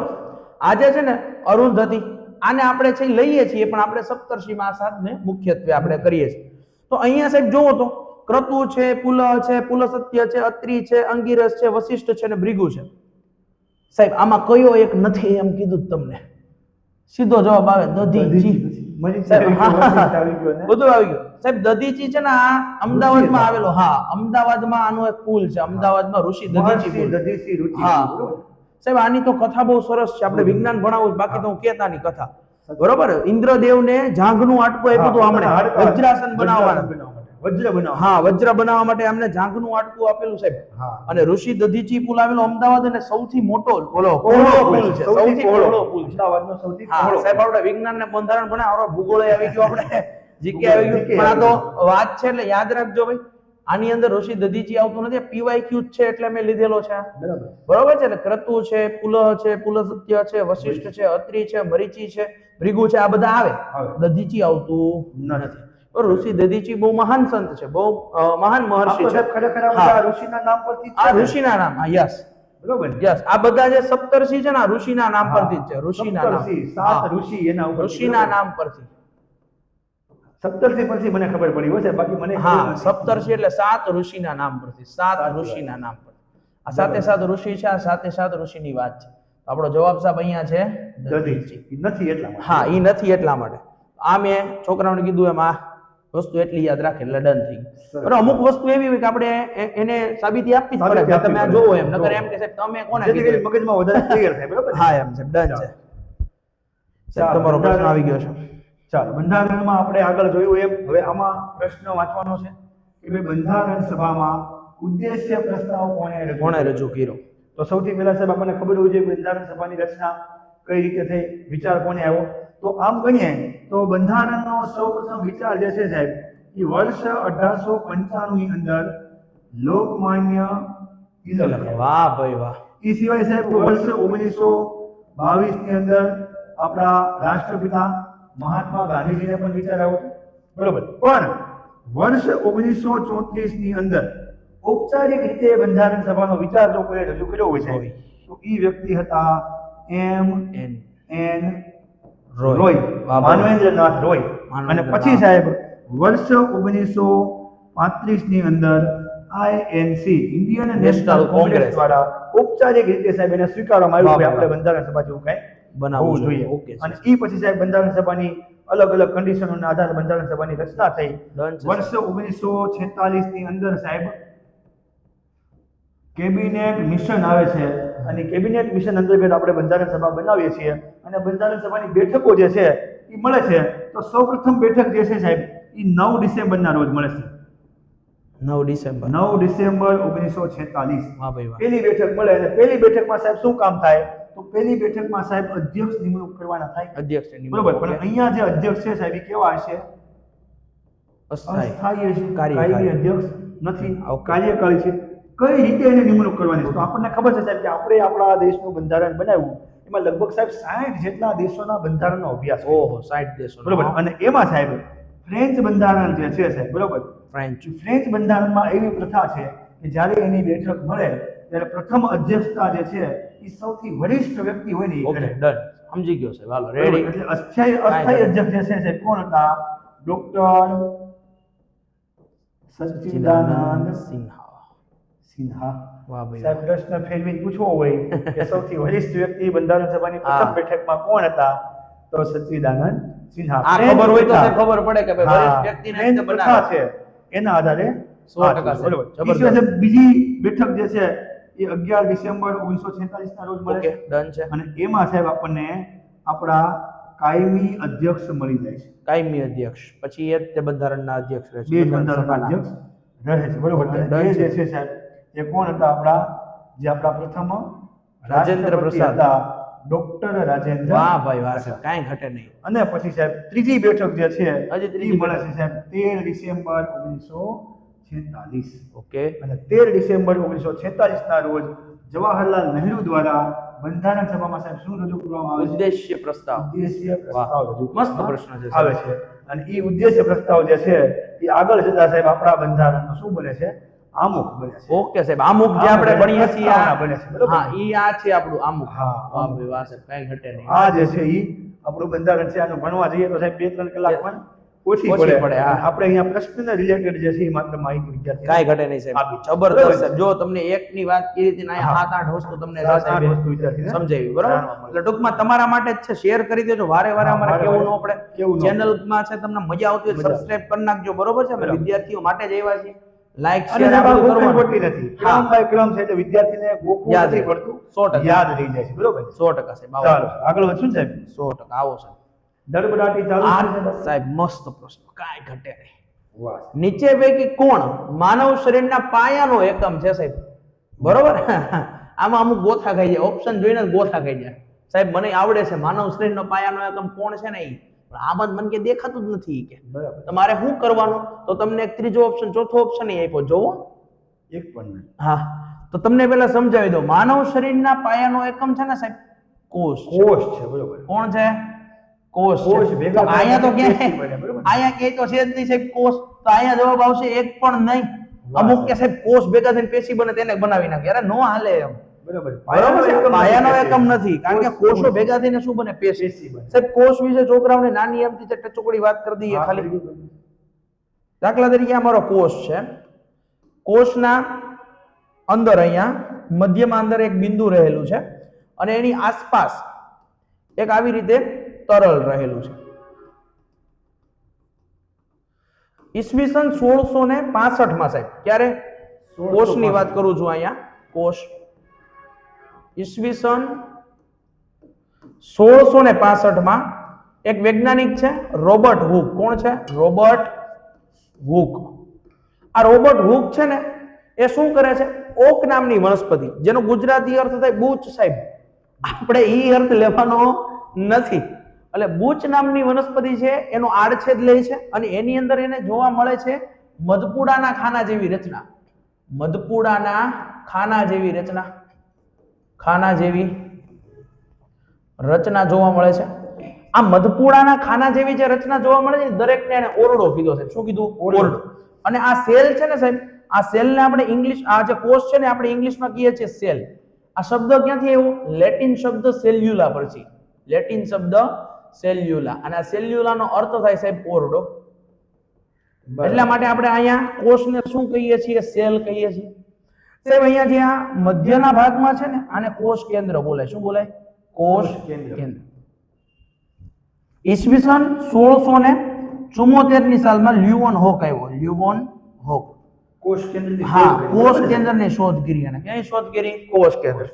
પછી એની આસપાસ જે ભાગ તરલ ભાગ છે એને કહેવાય કોષ રસ સાહેબ. શું કહેવાય? કોષ કોષ રસ. હવે ટેટ વાળા છે અને વિજ્ઞાન કઈ હશે તો સારું પૂછાઈ જાય તો યાદ રાખજો, કોષ રસને જીવરસ પણ કહેવાય. જીવરસ કહેવાય એમ ને? જીવરસ પણ કહેવાય. હા. અને અહીંયા જે આ બહારની બાજુએ તમને જે આવરણ જેવું દેખાય છે બહારનું, આ જે છે એ કોષ રસ પટલ છે. કોષ રસ પટલ. અને આ કોષ રસ પટલ છે સાહેબ એને પ્રવેશશીલ પસંદગીમાન પટલ પણ કહેવાય. આને છે ને પ્રવેશશીલ પસંદગીમાન પટલ. સાહેબ કેમ આને એવું કહેવાય? તો કે અહીંયાથી છે કોઈ વસ્તુ બહારથી અંદર આવે કે અંદરથી બહાર જાય પ્રવેશ થાય તો એની સંપૂર્ણ જવાબદારી કોની છે? કોષરસ પટલની છે. કોને અંદર હા, કોને આવે આવે તો એ પસંદગી કોની છે પ્રવેશવાની? તો કે કોષરસ પટલ. એટલા માટે આપણે એને કીધું પ્રવેશશીલ પસંદગીમાન પટલ છે. બરોબર. અને બીજી વસ્તુ સાહેબ, સંપૂર્ણ નિયમન. કોષનું સંપૂર્ણ નિયમન કોષ કેન્દ્રમાંથી થાય. આની અંદરથી છે સંપૂર્ણ નિયમન થાય. સંપૂર્ણ નિયમન થાય. સાહેબ આના ઉપરથી તમને એમ ખબર પડે કે અહીંયા કોષની વાત કરી છે, પાયાનો એકમ. પાયાનો એકમ કોષ તો કે છે જ નહીં, તો આપણો જવાબ આવ્યો D1 પણ. સાહેબ છે ને કોષ છે ને, કોષ, આ કોષો ભેગા મળીને રચના બનાવે. આ રચનાને કહેવાય પેશી. પેશી. હા, પેશી ભેગી થઈને શું બનાવે? તો કે કોઈ એક અંગ બનાવે. અંગ ભેગા થઈને અંગતંત્ર બનાવે. અંગતંત્ર. અને અંગતંત્ર બનાવીને છે એ શરીર બનાવે. શરીર બનાવે. સાહેબ આ ઉદાહરણ આપી દઉં નાનું અમથું છોકરાઓને કઈ રીતે આપવું જ પડે ને. હા, દાખલા તરીકે હું ચેતાકોષની વાત કરું છે. કયા કોષની? ચેતાકોષ. ચેતાકોષો ભેગા મળીને આ બધાના કાર્યો સરખા છે સંદેશા વહનના. શું બનાવે છે? ચેતાપેશી બનાવશે. ચેતાપેશી. હવે અહીંયા તો કે ભાઈ ચેતાતંત્રનું કોઈ એક બંગ બનાવ. દાખલા તરીકે મગજ. મગજ શાનો એક ભાગ છે. બરાબર છે. પછી સાહેબ તો કે આવા અંગો, મગજ, કરોડરજ્જુ, આ બધા કોના ભાગ છે? ચેતાતંત્રના ભાગ છે. તો આવા બધા ભેગા મળીને આ છે આ ચેતાતંત્ર. ચેતાતંત્ર. પછી ઉત્સર્જન તંત્ર,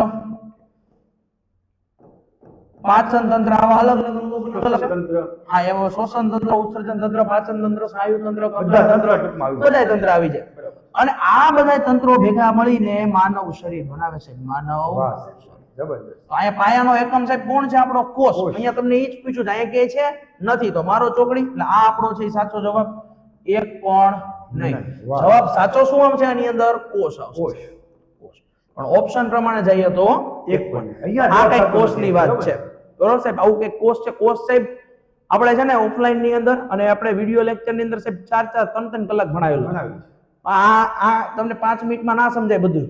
ઊંડું ઉતરવું પડે. હા સમજવું પડે. બરાબર. સાહેબ આપણે ગેરંટી આપીએ છીએ છોકરાઓ જોડાય એટલે છે ને આપણે એને બધું આપવું અંદાજ પૂર્વક પણ સમજાવો. બધું આપવું છે. ભલે 2 કલાક. કોષમાં ભલે સાહેબ 2 કલાક. હા યાર. તો આ કઈક જવાબ છે અહીંયા સાહેબ. આવો સાહેબ. આગળ વધીએ છીએ. સાહેબ આવો. 13મો પ્રશ્ન. 13મો પ્રશ્ન આપણે સાહેબ હમણાં મૂળભૂત ફરજોની વાત કરી હતી તમે. હા. બરોબર. તો એ પ્રશ્ન જે તમે પૂછ્યો તો એ આવી ગયો છે અહીંયા. બરોબર કે અનુચ્છેદ 21 ક બરોબર અંતર્ગત કયો મૂળભૂત અધિકાર આપવામાં આવ્યો છે? આગળના પ્રશ્નમાં ફૂટી ગયો. પ્રશ્ન ફૂટી ગયો છે. આપણને મને ખ્યાલ નહોતો એવો. બોલો. લખવાની જરૂર નથી. જો લઘુમતીઓના હિતનું રક્ષણ છે સાહેબ, એ અનુચ્છેદ 29 અને 30 છે સાહેબ. 29-30 ઓકે. અને 30 ખિતાબોની નાબૂદી માટે અનુચ્છેદ 18 છે. 18 ઓકે. બરોબર. 17 માં જે છે અસ્પૃશ્યતા નાબૂદી છે. અસ્પૃશ્યતા નાબૂદી. 18 માં ખિતાબોની નાબૂદી છે. અને 21 ની અંદર સાહેબ 21 ક છે સાહેબ. ઓકે. 21 ક ની અંદર મફત અને ફરજિયાત ફરજિયાત છે, શિક્ષણની વાત શિક્ષણ આપી છે. પણ સાહેબ અહીંયા યાદ રાખવાનું છે 6 થી 14 વર્ષ સુધીના બાળકોને બરોબર. અને બાળ મજૂરી ઉપર પ્રતિબંધ માટે થઈ અને 23 અને 24 નંબર વાહ ભાઈ વાહ. છે એ બાળ મજૂરી અને વેટ પ્રથા ઉપર ચારેય વસ્તુ સમજાઈ દીધી હો સાહેબ. પણ તમે બાકી વાત કરવામાં કાંઈ આવે ઘટે છે. પ્રશ્ન આગળ ફૂટી ગયો તો છતાં પણ આપણે વિદ્યાર્થીઓને સમજાય. સારી કાંઈ ઘટે નહીં હો સાહેબ. ચાલો સાહેબ. સાહેબ જો આ પ્રશ્ન છે ને માનવ શરીરમાંથી જ લઈને આવ્યો છે પાછો. વાહ. બરોબર. માનવ શરીરનું કયું અંગ માત્ર કુર્ચાઓનું બનેલું છે? બરોબર. કુર્ચા સાહેબ આની અંદર સૌથી પહેલા છાતીનું પિંજરું. છાતીનું પિંજરું એટલે કાંઈ કહેવા નથી માંગતા, હાડ પિંજરની વાત છે. કોની વાત છે? હાડ પિંજર. ચાલો સાહેબ પગ ખાલી કુર્ચાના છે. ઓલી નાની નાની છે વલયો જેવી વીટીઓથી બન્યું હોય તો પગ આપણે ટકે એમ ના ટકે. ખોટી વસ્તુ. માથું તો ખોપરીનું બનેલું. આ ખોટું. એ વિધું હું નાક વિધું. કુર્ચા એટલે સાહેબ પેલા પોચા હાડકાં. હા હા. બીજું કઈ બીજું કાંઈ નહીં. પોચા એ જ હાડકાં. વસ્તુ. બરોબર. એટલા માટે જ આપણને નાક ઉપર જરાક વાગે તોય આપણને ઈજાઓ છે થઈ જાય. થઈ જાય. હવે સાહેબ અહીંયા વાત કરી દઈ છોકરાઓને છે ને 2-3 ફેક્ચ્યુઅલ પ્રશ્નો પૂછાય છે. અને આ ફેક્ચ્યુઅલ પ્રશ્નો વારંવાર છે ને પરીક્ષાવાળા પૂછીને આ બધાને હેરાન કરી દે. તો જુઓ સાહેબ, સૌથી પહેલું છે માનવ શરીરનું સૌથી મોટું હાડકું. બરાબર. હા ઘણી વાર સાહેબ પરીક્ષા હા. પૂછાઈ ગયું. ફીમર સાથળનું હાડકું. સાથળ. બરોબર. જાંઘનું હાડકું જેને કહેવાય. ચલો હું લખી દઉં છું. સાથળ એટલે કે જાંઘનું હાડકું. ચાલો સાહેબ બીજો પ્રશ્ન અહીંયાથી પૂછે માનવ શરીરનું સૌથી નાનું હાડકું. પેંગડું આવશે કે? હા સાહેબ. એરણ અથોડી પેંગડું. આપણા કાનમાં હોય. ત્રણેય આપણા કાનમાં હોય. બરોબર. એરણ અથોડી પેંગડું. તો અહીંયા આવશે પેંગડું. સાહેબ આ પ્રશ્ન રીતે અઢળક વખત પૂછાઈ ગયો, અઢળક. અને આમાં ઘણા બધા વિદ્યાર્થીઓને સાહેબ આવડતું હશે. પણ હવે જે પ્રશ્ન પૂછું કે આવડે તો સાચા. બરાબર. માનવ શરીરનું સૌથી મોટું અંગ, માનવ શરીરનું સૌથી મોટું અંગ. હા શરીરનું આ પ્રશ્ન પૂછાઈ ગયો છે. સૌથી મોટું અંગ, સૌથી મોટું અંગ. સાહેબ બધા અત્યારે છે ને હું વિચારતા છે ખબર મનમાં? નાનું આંતરડું. સાહેબ 7.5 મીટર જેટલું હોય કે લાંબુ હોય, નાનું આંતરડું. પણ એ જવાબ એકદમ ખોટો છે. જવાબ ખોટો છે. હા જવાબ ખોટો છે. કારણ કે માનવ શરીરનું સાહેબ સૌથી મોટું અંગ કોઈ હોય તો એ છે ત્વચા. તમારી સ્કિન, બોડીને કવર કરે આપણે. ચામડી, તમારી સ્કિન. સાહેબ આ પ્રશ્ન પૂછાઈ ગયો છે અને આવા પ્રશ્નો પૂછાવા જોઈએ સાહેબ, પૂછવા જોઈએ. તો વ્યવસ્થિત રીતે જે મિત્રો તૈયારી કરે છે ને બરોબર, એને આ પ્રશ્ન આવે ને ફટ દઈને ટીક કરી નાખે. આપણા માટે હા, અને તમારા માટે આવા જ પ્રશ્નો આપણે લઈને આવ્યા છીએ બધાય. મહેનત એની હા રંગ લાવે છે.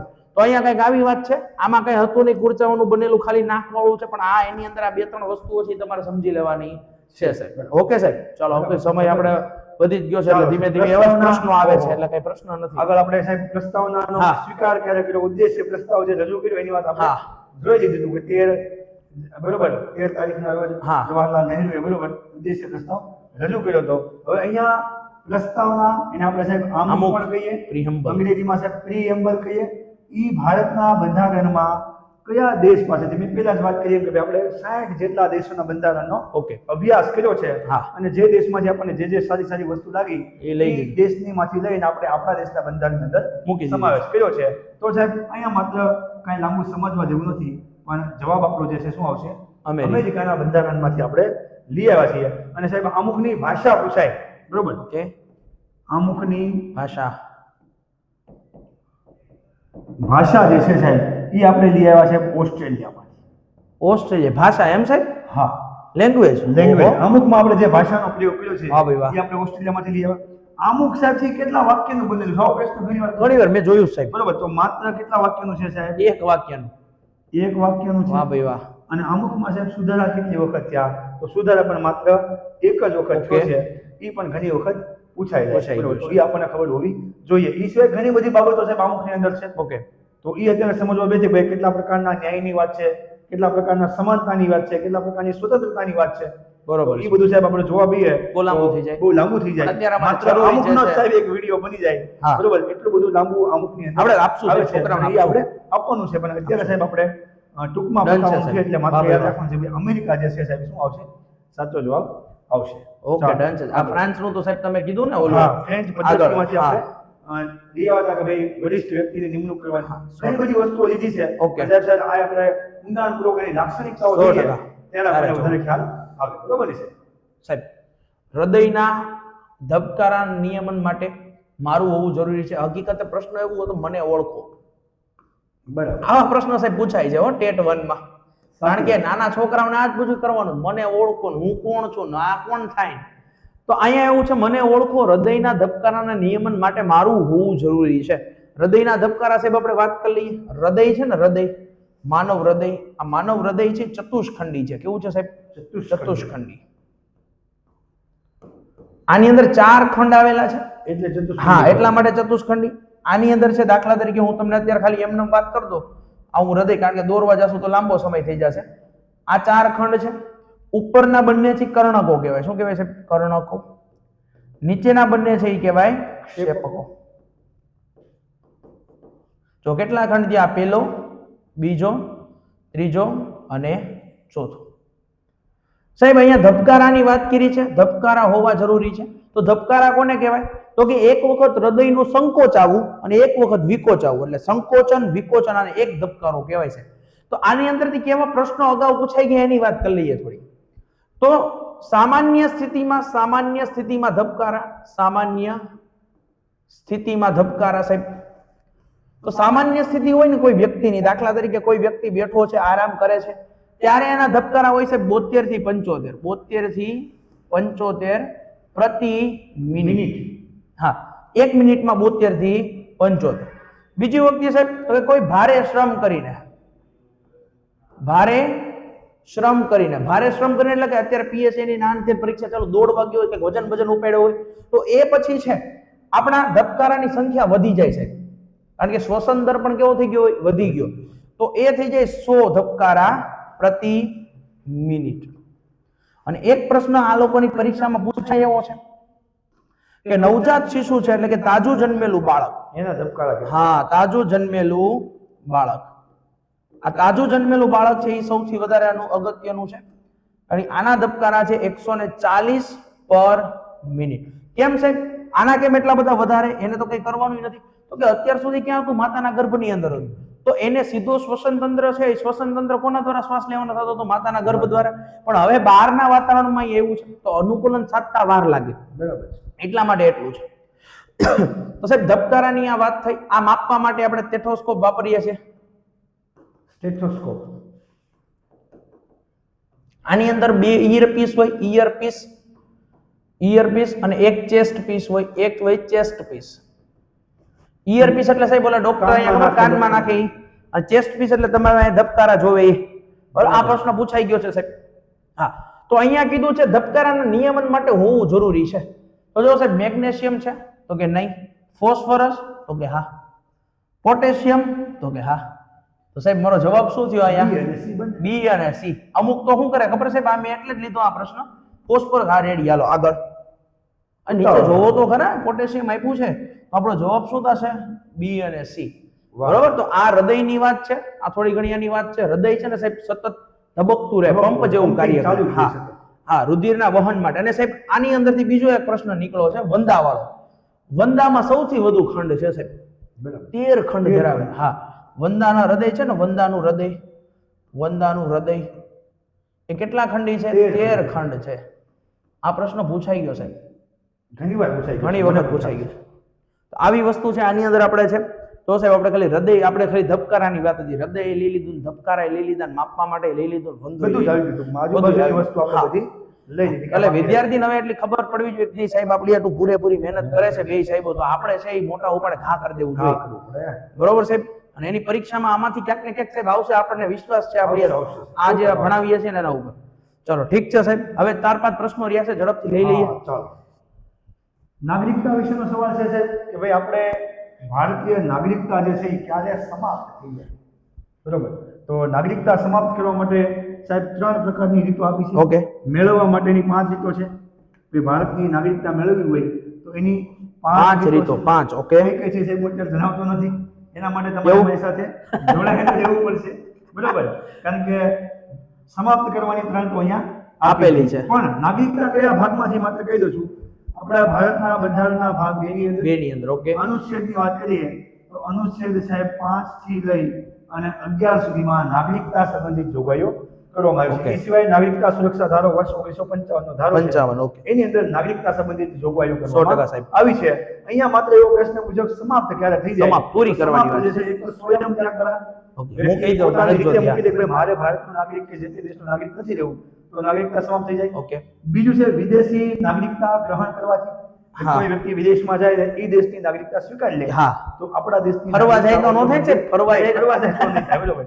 પણ નાગરિકતા સ્વીકારે સ્વીકારે બીજા દેશ. ઓકે. અને વંચિત કરી દેવાથી, એટલે કે જો કોઈ વ્યક્તિને નાગરિકતા આપવામાંથી આપણે વંચિત વંચિત કરીએ કરીએ. તો પણ આપણી નાગરિકતા જે છે શું થઈ જાય? જાય. સમાપ્ત થઈ જાય. તો આપણો જવાબ છે સાહેબ અહીંયા શું આવશે? ઉપરના બધા. ઉપરના બધા જ જે છે વાહ ભાઈ, વાહ જવાબ આવશે. હવે નાગરિકતા મેળવવાની 5 રીતો છે. કહી દ્યો ને સાહેબ, એ ઝડપથી. સાહેબ કેવા માટે? હાલો કહી દઉં. હા. સાહેબ બોલે છે એટલે કહી દઉં. સૌથી પહેલા છે સાહેબ જન્મ દ્વારા. જન્મ દ્વારા. ઓકે. જો આપણો જન્મ ભારતમાં થાય ઓકે. તો આપણને નાગરિકતા મળી જાય છે. ઓકે.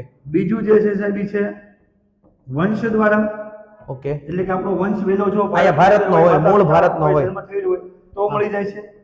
ત્રીજું જે છે સાહેબ છે નોંધણી દ્વારા. નોંધણી દ્વારા. ઓકે. નોંધણી દ્વારા એટલે કે આપણે ભારતમાં અમુક સમય રહ્યા હોય, રહ્યા હોય. એની ક્રાઇટેરિયા છે એને ઊંડાણપૂર્વક આપણે જોતા નથી, અને હા. એટલો સમય ભારતમાં રોકાણા હોય પછી આપણે ભારતમાં નોંધણી કરાવીએ તો આપણે ભારતની નાગરિકતા 100% મળી જાય. સાહેબ. પછી ચોથું છે સાહેબ દેશીયકરણ દ્વારા, દેશીયકરણ. ઓકે. અથવા એને સાહેબ પ્રાકૃતિકરણ કહેવાય. પ્રાકૃતિકરણ.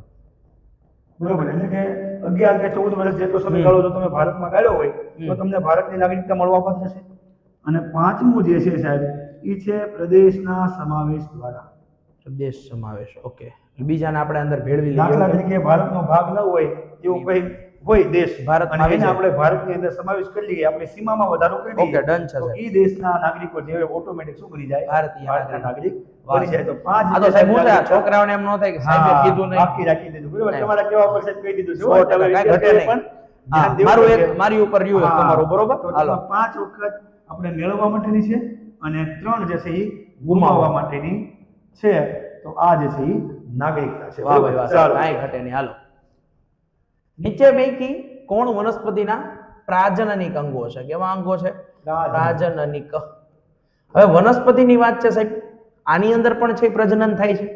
વનસ્પતિમાં પ્રજનનના 2 ભાગ ખાલી વાત કરી દઈએ. એક છે લિંગી પ્રજનન અને બીજું છે અલિંગી પ્રજનન. જેની અંદર બીજની જરૂર પડે, બીજની જરૂર પડે એ કેવા કહેવાય? લિંગી કહેવાય. અને અલિંગી તો કે બીજની જરૂર પડતી નથી. તો સાહેબ કઈ રીતે થાય? તો કે પર્ણ દ્વારા થાય. બરાબર. બરોબર, તો મૂળ દ્વારા થઈ શકે, પછી તમે આની ડાળી દ્વારા, શાખા દ્વારા, આ બધા દ્વારા થાય, જેમાં બીજની કોઈ જરૂર રહેતી નથી. તમને પૂછ્યું છે પ્રાજનનિક અંગો, તો અહીંયા તમને ખબર છે, જવાબ કહી દઉં છું સાહેબ સીધો, પુષ્પ. કેમ છે પુષ્પ? તો પુષ્પની અંદર 4 ભાગ તમારે યાદ રાખવાના છે. એક છે સ્ત્રીકેસર, પુંકેસર ના આવે યસ, છે. હા, અને એક છે પુંકેસર. સ્ત્રીકેસર છે ને ઈ માદા પ્રજનન અંગ છે. બરાબર. અને પુંકેસર છે ને જે એ છે એ નર પ્રજનન અંગ છે. કેવું છે? નર. હવે આની અંદર છે ને સાહેબ પુંકેસર, દાખલા તરીકે પુંકેસર છે. આ પુંકેસરમાં આ જે છે આ તંતુ છે અને આ છે પરાગાશય છે. પરાગાશય. આ પરાગાશયમાંથી પરાગરજ ઉદ્ભવે. શું ઉદ્ભવે? પરાગરજ. આ પરાગરજ નરજન્યુ છે. બરાબર. અને એ પછી જાય છે માદા ઉપર. ક્યાં જાય છે? માદા એટલે કે સ્ત્રી કેસર ઉપર. એની અંદર આવેલા હોય અંડકો, અને અંડકો અને આ બંને મળે ત્યારે ફલિતાંડ રચે, અને આ ક્રિયાના ફલનની ક્રિયા કહેવાય. બરોબર છે? તો અહીંયા ફલનની ક્રિયાથી નવા છોડનું નિર્માણ થતું હોય એને પ્રાજનનિક અંગો કહીએ છીએ. એટલે પુષ્પની અંદર આ 2 બાબતો આવેલી હોવાથી આપણે ઈ કેવા અંગો છે આપણા? તો કે સાહેબ પ્રાજનનિક અંગો છે. કેવા અંગો? આ ઉપરાંત તમારે આની અંદર યાદ રાખવાનું છે દલપત્ર, વનસ્પતિનો છે પુષ્પનો રંગીન ભાગ ખીલેલો, અને વ્રજપત્ર. વ્રજપત્ર એટલે કે નીચે જે પાંદડી જેવો ભાગ હોય એ. બરોબર છે? પર્ણ છે, પર્ણ. તો પર્ણ શું કરે? આના કાર્ય કહી દી. આનું કાર્ય શું થયું? તો કે ભાઈ પ્રાજનનિક અંગ. પર્ણ છે એનું કામ તો કે ખોરાક બનાવવાનું છે. ખોરાક. પ્રકાશ સંશ્લેષણની ક્રિયા દ્વારા વનસ્પતિના રસોડા કહેવાય. મૂળ તો કે પાણી અને ખનિજ ક્ષારોનું શોષણ કરે. પાણી અને ખનિજ ક્ષારોનું શોષણ કરે. પ્રકાંડ તો કે આધાર